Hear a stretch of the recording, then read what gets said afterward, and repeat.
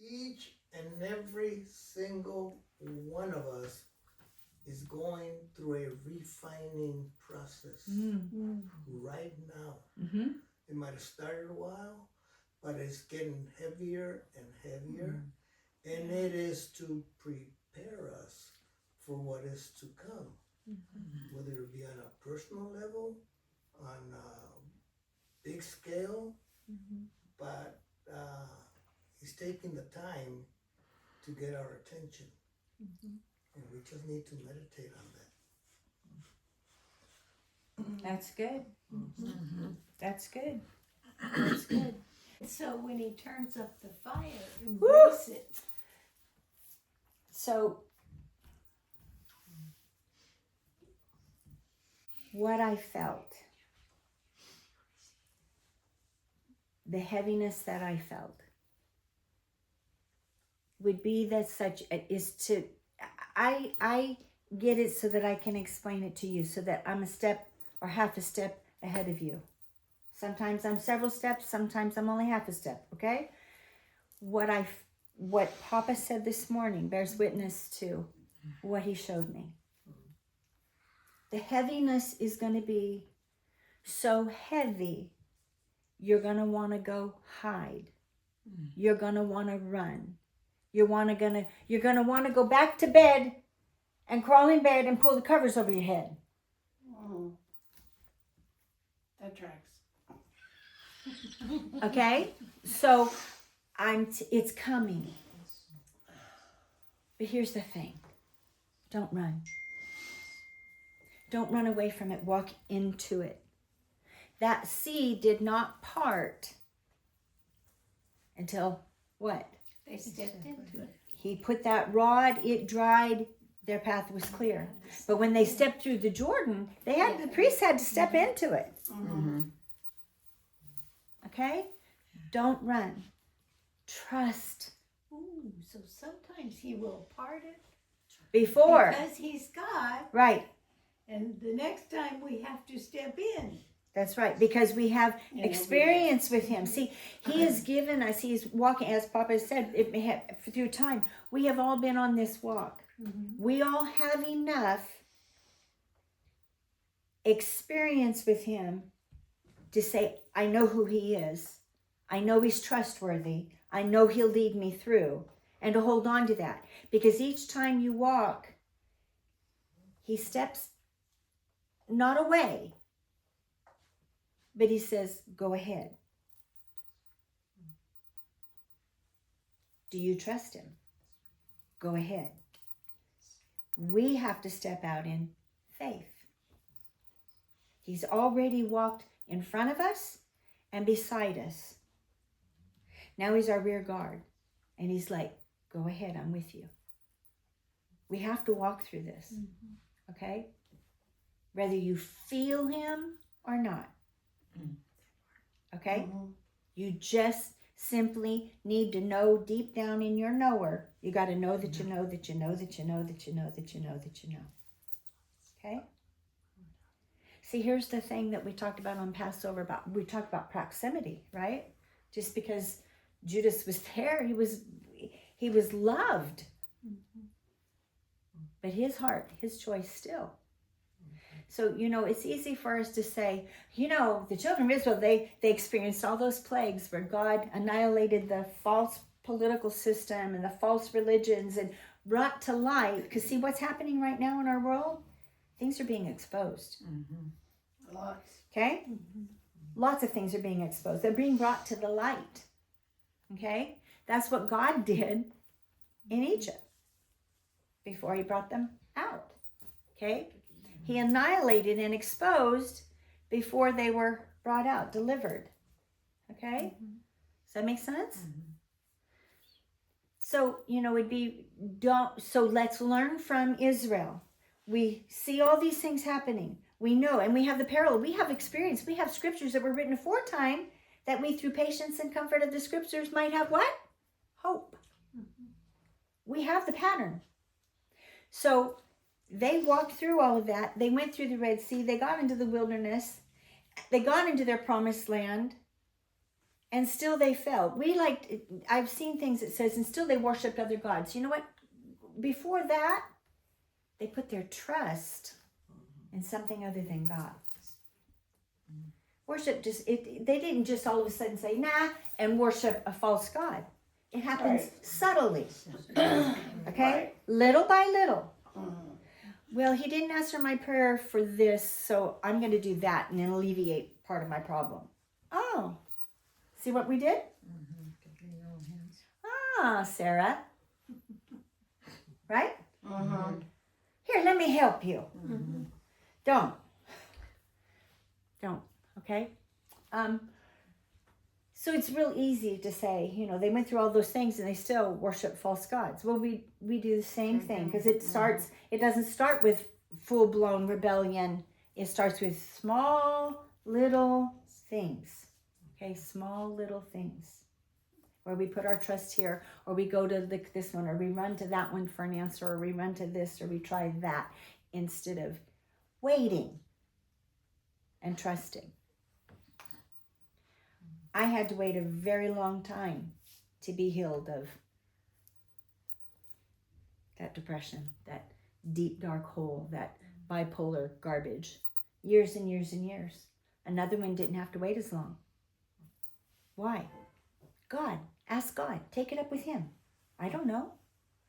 Do I begrudge that one? No, not at all. Thank God she didn't have to go through all that hell. That was awful.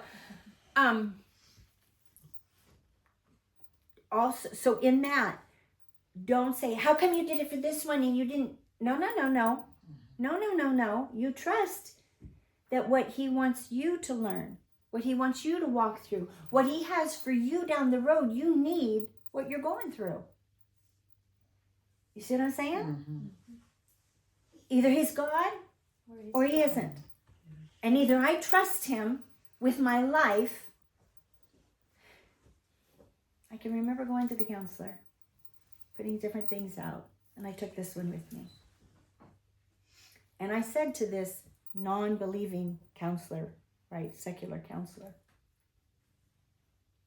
if you ask me a question and you ask her the same question and she says something different in my current frame of mind than what I say, trust her. He was like, what? He was blown out of the water. You trust her with my life. That's how you have to trust God. He sees perspective different than with you being in the thick of it. Okay? Does that make sense? Okay. I mean, it helps to have a human, thank God we had this friendship and this relationship. Thank God he allowed someone to walk beside me through these things. That's what I needed. And he knew that, but I still had to walk through it. And sometimes, whether she was there or physically or not, and sometimes she was physically, I still felt utterly alone. Because it was just me and God. Okay? How did we get there? Wow. What's coming? Okay. So, we don't like pressure. We don't like change. We don't like correction. We don't like, yes, we want the correction because don't let me get too, but the process, it's painful. We don't like you don't grow when things are smooth. You don't grow when things are, the sun's shining, the flowers are blooming, and if we're just having a good old fun day. You're not growing. You're gliding. You're having fun. You might be able to worship. You're not, but you're not growing. You grow under pressure. Okay? When you grow is when things come against, when things press. All right? That's when we grow. And so take the circumstances that he's bringing on us right now and grow, because what's coming is harder. What's coming is worse, but it won't be what? If we trust. If we fully resolve, I have resolved, I have decided, I have chosen, I have surrendered, then it won't be. It might get tough for everybody else, and times are going to get harder. And I mean, because let's face it, tribulation, going through Exodus, that was not fun. Okay? But they were saved. And they were not harmed. And they were better for it. Do you see what I'm saying? We have an example. Okay? That's where we are. That's where we are. Okay? All right. And Yeah. I've always thought that he wants us to go through it because we're strong enough to. He has given us the power, but also for all those around us that we love and who aren't where they need to be, we're going to be leading them to him. I mean, that's what our job is. And you cannot lead where you have not been. Yeah, you can't. So Okay? that is what our calling is in the end. Okay? Greater is he that is in you. Okay? So let him refine you. Learn from it. Hold on to him. Okay? And some things aren't going to look good. They're not going to sound good. Trust him anyway. Again and again. Every high, every low, I'll trust again. Trust again. Okay? Trust isn't a one and done thing. Right. It's a daily walk. All right? Okay. Let's see. All right. Moving on. It's empty. Wherever it is, it's empty. Okay. So was the Passover lamb for sin? Not according to the No. Bible. No. It was not. Okay? The Passover lamb is not for sin. It was so that death would pass over. I was marked in covenant with him, right? Because the Abraham covenant, you're already in covenant. And so he marked and death passed over. Revelation. Okay, what's happening? I'm marked. Okay, wrath is going to pass over. You're not going to experience his wrath. You might experience his discipline. He disciplines those he loves, but not his wrath. This is where I'm going to go. Okay? 3 days, 3 nights. We're going to talk about the original Passover, just in a nutshell. What happened on the original Passover, what happened after, and how that may help us with certain things when it comes to certain laws. Like we don't put fences around our roofs. Why? It's not the culture. Some laws are for that time and season, not for today. Okay? So we got to get unhung up on, okay. All right. I want you to see coming out of bondage, going into freedom, you have to go through baptism. You got to go through the waters. Can you see it? You got to go through the waters. You got to go through baptism. And it's a very different look on this side than when you finally get through it on the other side. It's a completely different look. Okay? This is this side. Nobody's moving. They're like, you want us to go through what? But here's the chariots behind you. And God says, what are you waiting for? Go. And so you go through with a little fear and trepidation, uncertainty. Even when God gives us the answer, we still hesitate with that fear. Where's your faith? Yeah. But when you get to the other side, your perspective is different. Yes, it is. As long as you're not tripping, careful. See that? Look at that. Singing, dancing. Wait, what is this? Whoa! Can I not learn to do this on this side?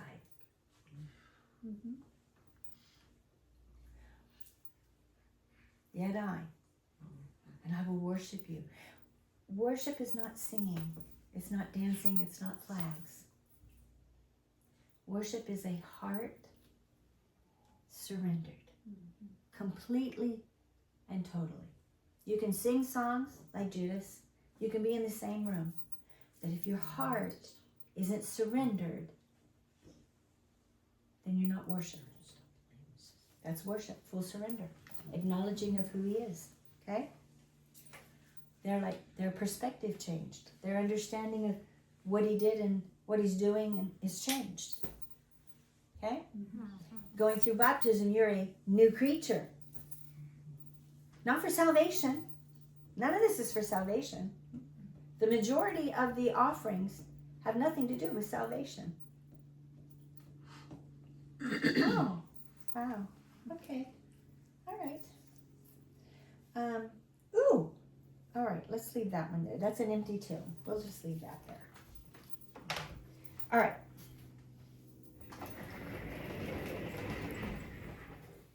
The first thing we're going to do is go through the one and only Passover event in Egypt. All of these details happen one time, and these details happen only for that time. They're not to be repeated. Well, some of them are because God tells us to, but what I'm going to show you, but this is unique to what happened in Egypt, okay? Parts of it are carried over because parts of it God tells us to do, but not all of it, all right? Okay. What's the first day that we're to do something? The 10th? Yeah, you have to bring a lamb into our homes, right? They were to select a lamb, right? Okay. So 10, 11, 12, 13. You don't hear anything about 11, 12, and 13, do you? No. No. No. 14. What happens? Well, we'll get there. Then there's 15. Whoops. Then there's 16. There's 17. And there's 18. You don't hear anything about 16, 17, and 18, do you? No. Okay. So in Egypt, on the 10th, evening and morning of the first day. So do you think they brought the lamb in the evening? Probably not. During the day. Okay. A lamb, right? Spotless. So the lamb's brought in. And it's loved on.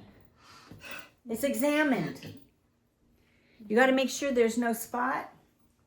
It's perfect. There's no blemish, right? You get to know this lamb. And then on the 14th, okay, so I'm going to do this. That means night. You follow me? Because our way of doing things is different, right? Okay. In Egypt, on the night of the 14th, what happened? Nothing. Nothing. Nothing. Really? Really? What happened on the morning of the 14th? Daytime. Nothing.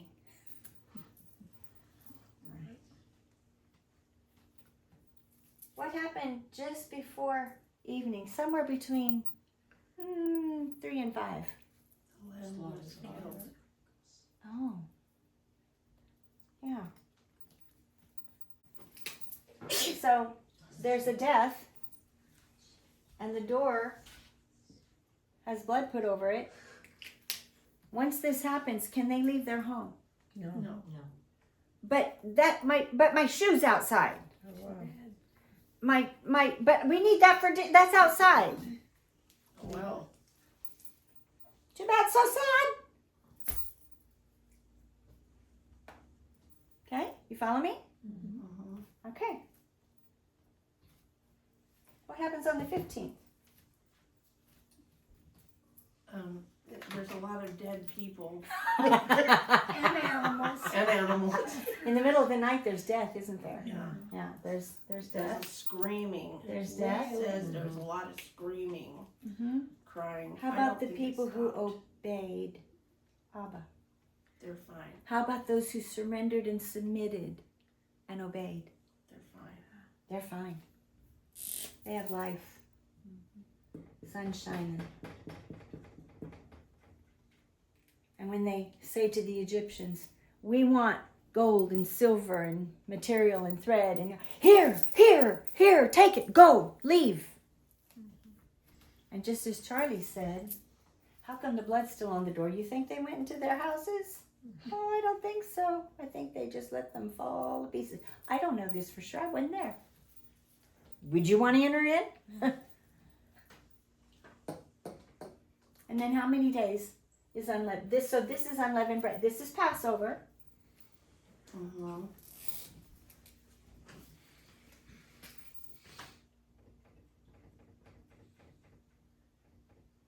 What is this day? Feast of Unleavened Bread. Mm-hmm. Are you commanded to feast on Passover? No. No. The feast is here. Feast, unleavened bread. Okay? Why? Because they're in a hurry. Okay, so my belief, my opinion, doesn't matter for much, is that the Feast of Unleavened Bread for 7 days is how long it took them to get to the parting of the sea. Why? Because you're moving. No time to raise bread, no time to grind wheat. You're moving. Okay? You're in haste. Okay? Maybe yes, maybe no. Does it matter? Nope. Obey him anyway. Even if you don't get it, even if you don't have all the details, do it anyway. Right? Okay. So does this all make sense? Okay. Now, let's move to the time of Yeshua. All right?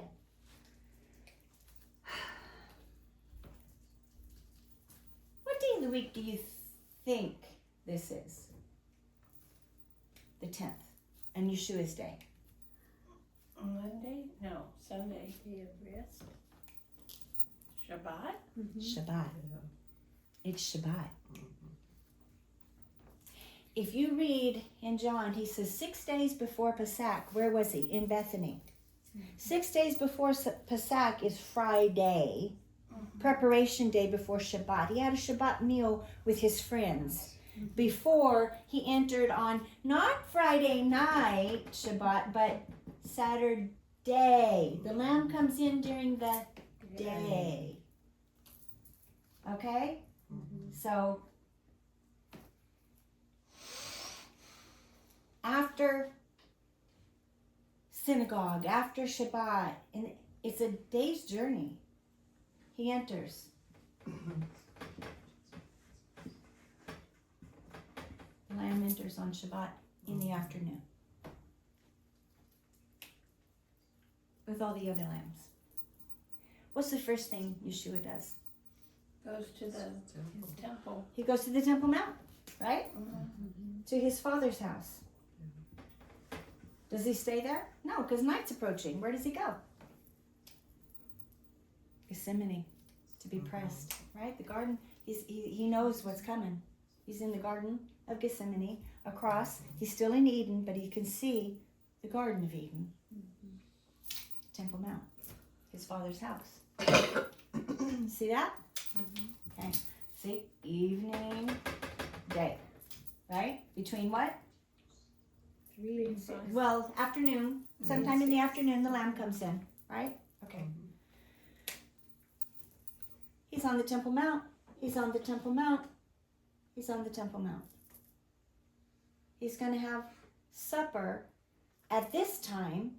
Like You have a precursor. Yeah, you have rehearsal dinner. Thank you. Just like you have with a wedding. You have a rehearsal dinner, right? You just kind of go through it, but you don't have all the elements there. It's not legal. It's not done. You might go through the motions. You might say certain words, but you're not. It's not it's the rehearsal. Thank you. That was the word I was looking for. Okay, so the rehearsal is here, right? What day is that?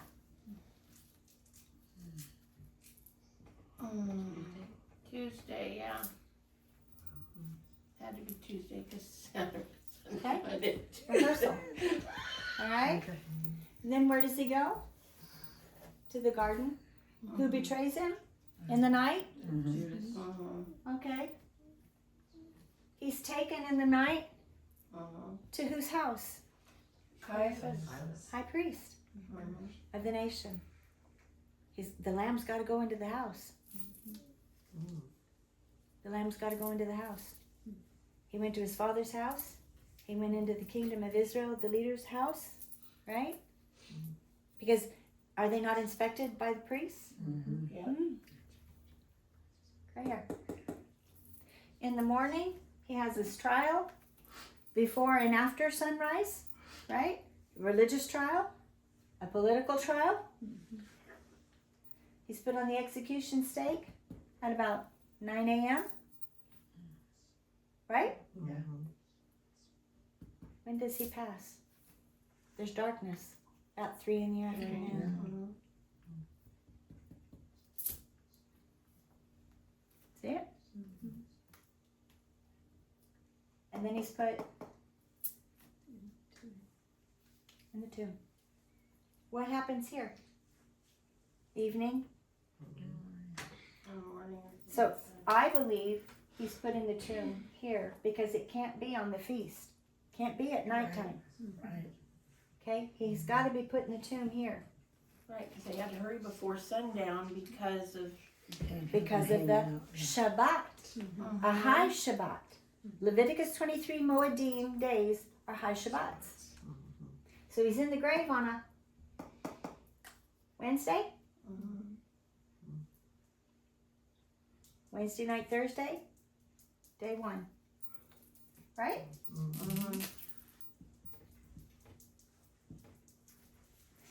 Thursday night, Friday.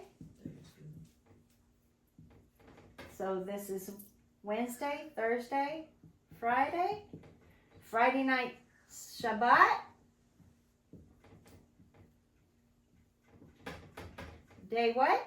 3 full days. There's 2 possibilities.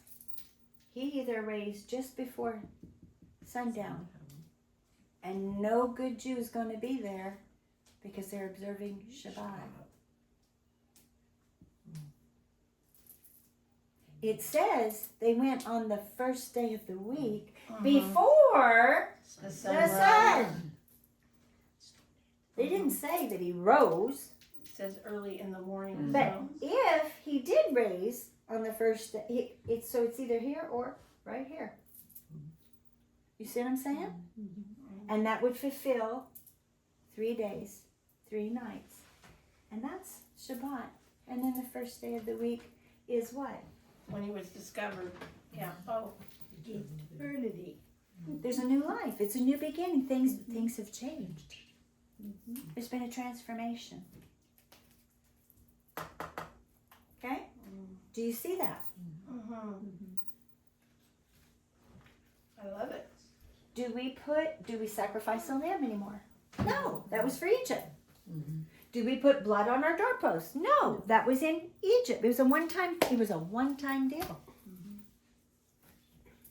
Yeshua, can he die again? It's a one-time deal. It's a one-time deal. Okay? It's a one-time thing. Okay? So when we're commanded to observe, we were commanded to have maror, right? Bitter herbs, rather. Bitter herbs, maror, unleavened bread, and lamb. Those are the only 3 things God told us to put on in our remembrance of unleavened bread, the Feast of Unleavened Bread. We call it Pesach. So when people say Passover, they mean The whole thing. the whole thing. But it's not. Okay? So we say, we're going to have a Passover Seder. We're really celebrating the Feast of Unleavened Bread. But we call it Passover. So, is it easy for people to get confused? Sure. But we're going to study and we're going to know it and we're going to understand it, right? So, Passover starts and there's really not a whole lot that happens until the afternoon, and then we do Feast of Unleavened Bread. That's why he said between the evenings you will celebrate the Feast of Unleavened Bread. Why? Because this is when the Passover lamb. So when he died, he celebrated the rehearsal here so that he could be our Passover lamb. He had to fulfill things. He had to. Okay? So he didn't have Passover dinner and die the next day. That's not God. God does all things decently in order. He does it the way he says he's going to do it. Okay? He says, I have longed to celebrate to get to this season. I have longed to celebrate this Pesach, this Passover with you. I have longed to reach this so I could what? Explain it to you. So that you would understand what's going to happen and what's going on. Right? Mm-hmm. You had a question? So those are mistranslations in our Bible then that said that he was having a Passover dinner. There's mistranslations. Well, Wrong terminology. it's wrong terminology. Yeah. The terminology is off. But at the same time, culturally speaking, there are two seders. There are two seders, and so, and we call it all Passover. Mm-hmm. So yeah, we're gonna have Passover Seder here, and then we're gonna have a Passover Seder Feast of Unleavened Bread here. So don't get hung up on the terminology. Don't get hung up on there. If you read it the way it states, and if you read John, it says 6 days before the Feast of Unleavened Bread, 6 days before Passover. And if you do it and you actually write out what it says, you will see that the dinner was here.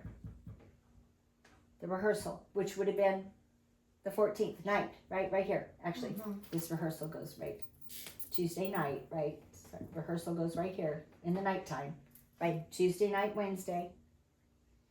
Okay, so this is where you can make it. If you look at it, you can go, okay, but you got to really look at it.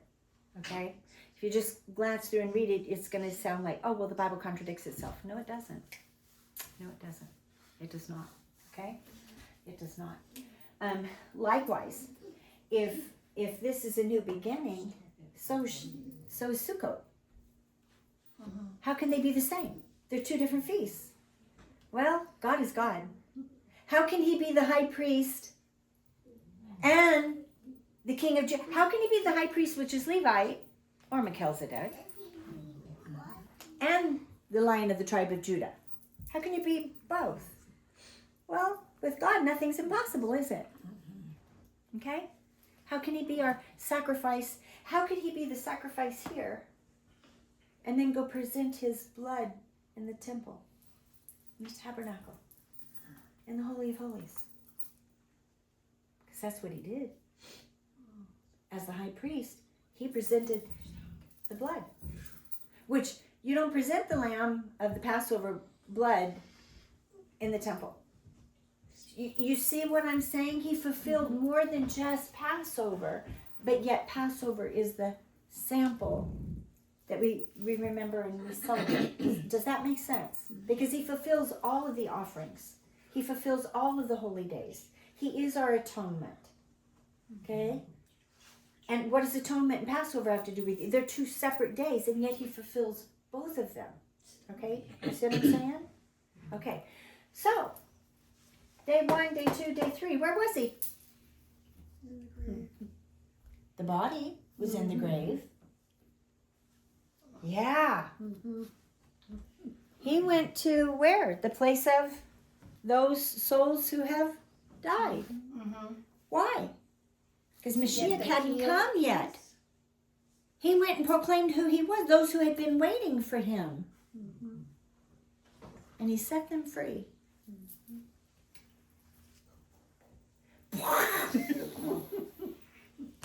Were they suffering before he got there? No, because it's not hell. And that's what we say. We go, oh, they were in hell. No, they weren't. They were in the place of the dead.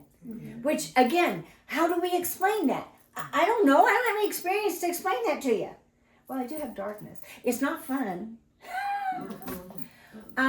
You know, the only example that I can say is someone who was raised up from sleep, the soul, not the body, and was disturbed and was very upset that he was brought up. Why have you disturbed me?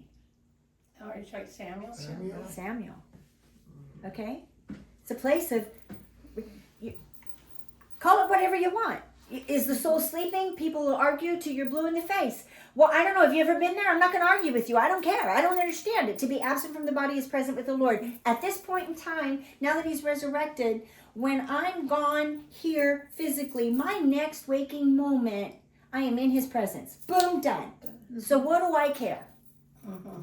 What do I care? Argue till you're blue in the face. I'm not going to argue with you. I'm going to believe what it says, and what I don't understand, I trust anyway. Exactly. Okay? I don't have to have all the answers. He does. I don't have to know everything. He does. I just have to trust him. He has never failed me. It hasn't always been fun, but he has never failed me. Correct. He's never failed me.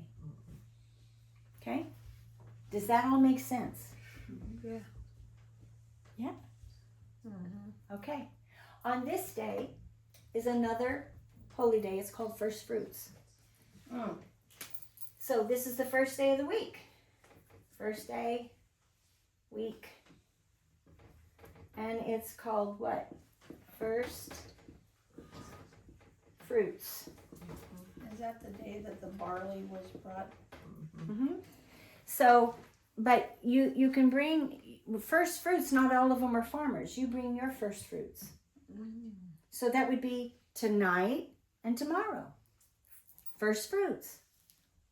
Can you bring yourselves as a first fruit? Surrender, okay?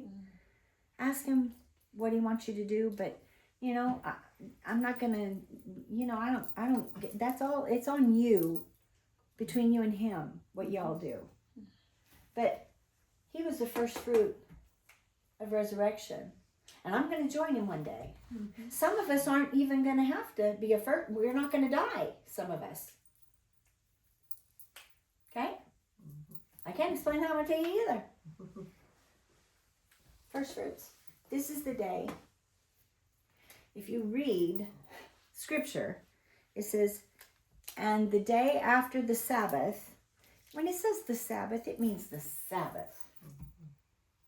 If it wanted to say Feast of Unleavened Bread, Pesach, Yom Teruah, it would say so. They're considered Sabbaths. We call them High Holy Sabbaths. They are considered Sabbaths. But they're very specific Sabbaths. When it just says the Sabbath, this is the Sabbath. And if you read it, it says, and after 7 Sabbaths. So, okay, people wanted to start counting the Omer on Thursday. Well, God bless you. You can't get 7 Sabbaths that way, but God bless you. Have at it. Knock yourself out. You see what I'm saying? I'm going to follow the scripture. Okay? So, just like we don't go to a new religion's days that they call holy, I'm not going to pervert what I read in scripture either. Okay? So tomorrow or tonight, we start counting the Omer. If you get lost on your days, just count 7 Shabbats. And the next day is what? Shavuot. Yes. Pentecost. Shavuot. And we will celebrate Shavuot. And it'll be in the evening of the first day of the week, in the evening of Shavuot instead of the daytime. Okay? Good? You all right with that? Okay. Who knows? Maybe we'll have baptism that day too. I don't know. The weather should be great. So who knows? We'll Just see. thinking if it was cold, we'd be praying for a tongue of fire. We can pray for a tongue of fire anyway. Because and you know, and thank you for saying that. So as you're counting the Omer, you know, some of us are going through some things, as Papa said. Well, we're all going through something. Okay, everybody is. Some, but you know, some of us go through heavier things than others at different times. And thank God we don't all go through heavy things at the same time. Right. Amen. It's a pressing. It's a pressing. And guess what happens to all is when they get pressed? Pure juice. It produces Pure oil. Pure oil. You're being refined. The heart Okay. of the press, the pure of the oil. The heart of the press, the pure of the oil. So that is Passover, unleavened bread, first fruits. Does that make sense? Okay.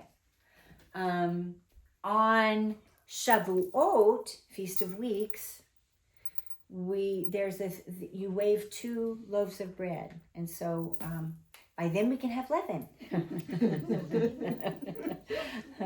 Right now we get unleavened. So we'll figure that out as we get closer. But that's going to be, I think it's May, Shabbat is May 22nd. Is that right? Or is it the 23rd? I think it's the 23rd, actually. Sorry. I think it's May 23rd is Shabbat. Okay? So May 23rd. And that's when Shavuot, that evening, will be the next first day of the week. Okay? Does that make sense? Mm-hmm. Okay. Any questions? No? No? Wow. Okay. That's good. I like the to be honest, the visual I know. helps. It does. It does. Okay, let me make sure that I've covered everything that I believe I'm supposed to kind of, because as you know, there's no notes.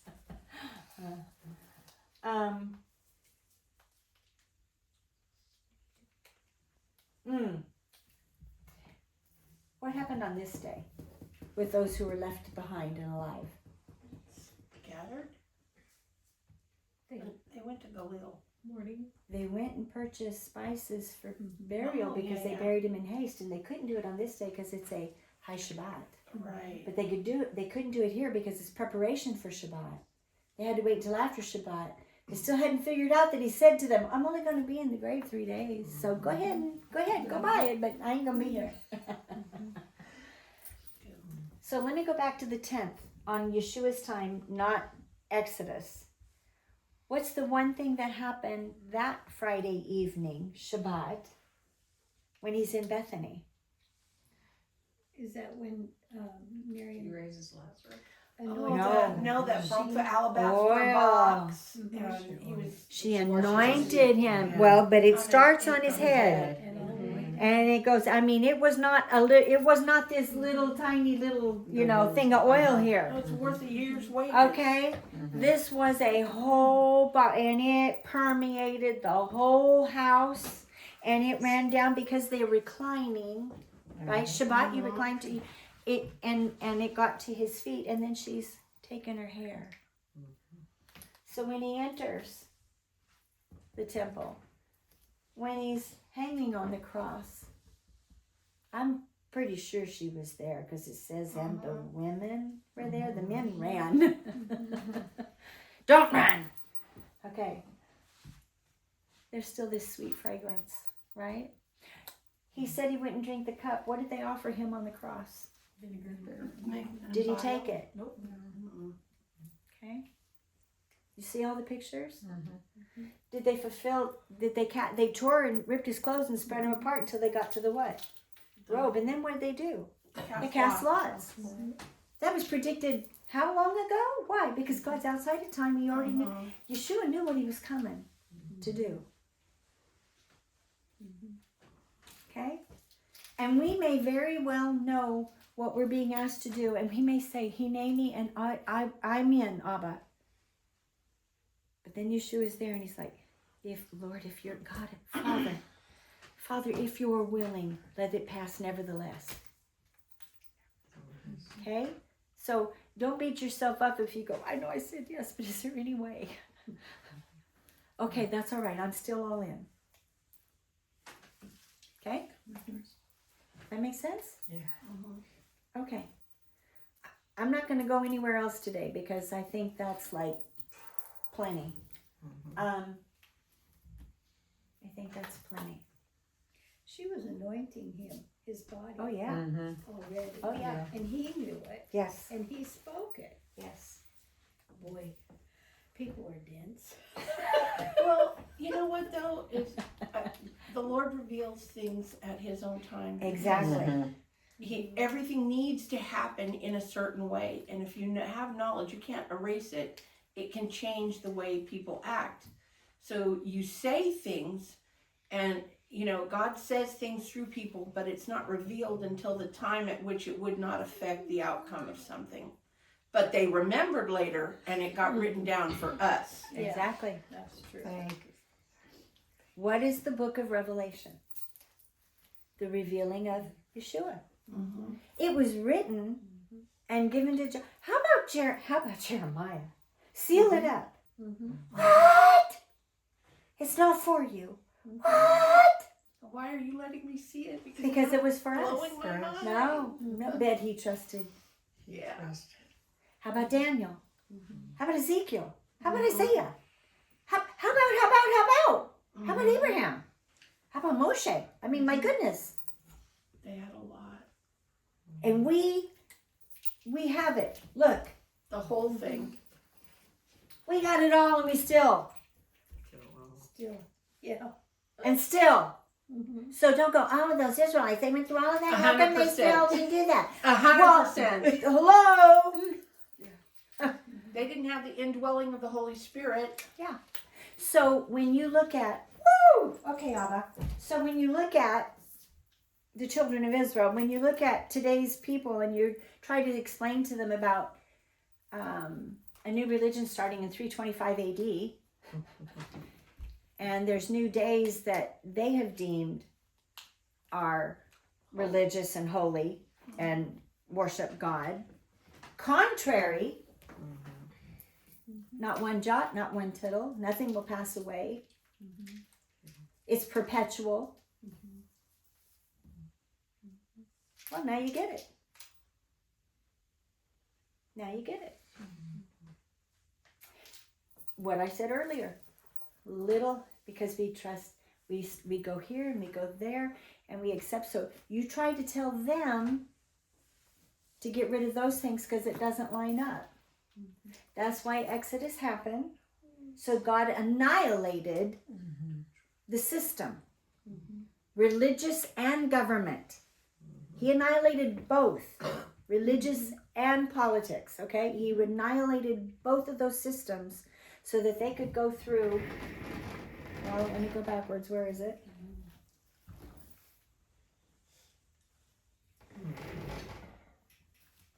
With nothing. They left it behind them. Okay?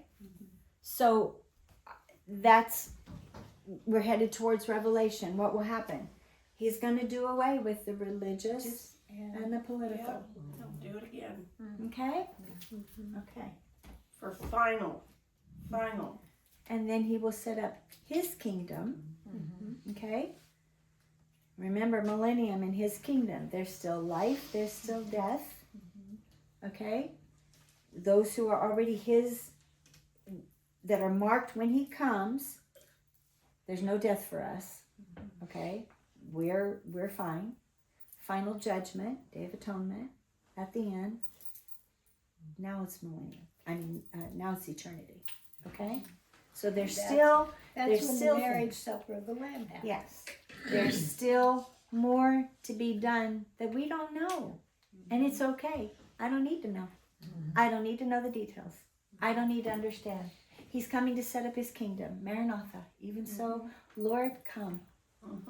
Right? Okay. I think that's it. I think that's good. All right, stand please.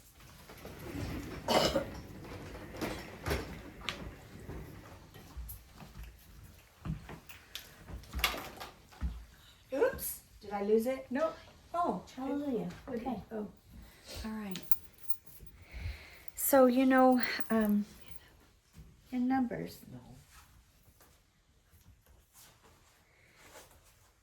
that blessing, the words are not just the few words that we have. There's deeper meaning, right? May the Lord bless you and keep you. May his face and his grace and his love and his mercy permeate in your life, and may you understand that you are a beloved treasure, that his eyes are on you. He goes before you, he is behind you, he's all around you. You are his, and you are loved. Shabbat shalom. Thank you.